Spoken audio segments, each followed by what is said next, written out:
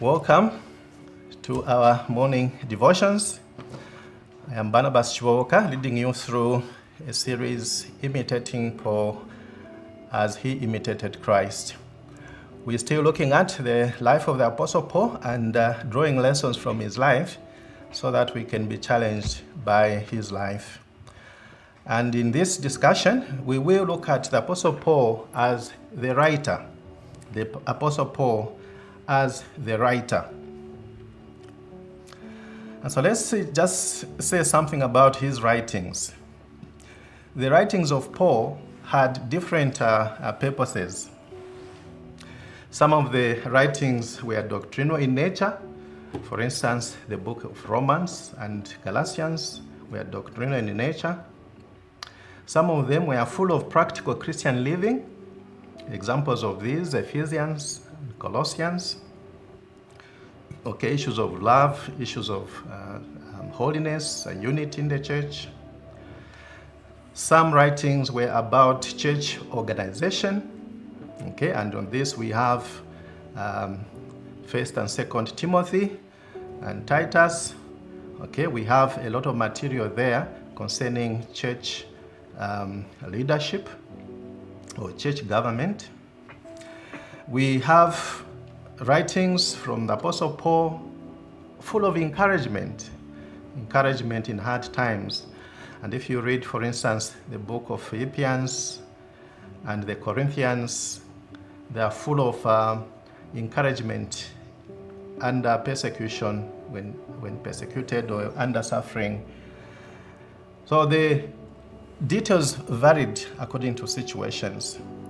He got information from churches, and his information was based on what he heard, what he experienced, and also what the believers asked him. For instance, the letters to the Corinthians, most of them were basically questions that he was answering for them.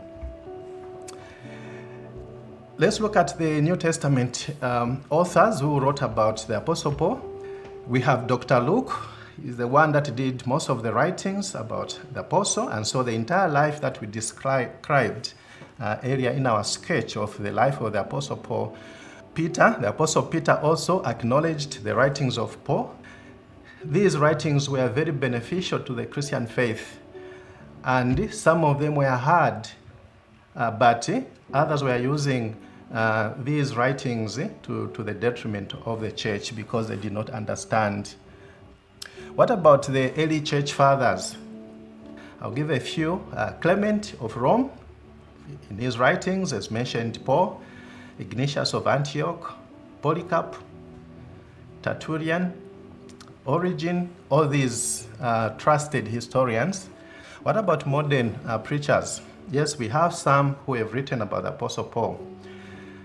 John Calvin in his Institute of Christian Religion, Martin Luther in his commentary of Romans and the Bondage of the Will, J.I. Packer in his book Knowing God.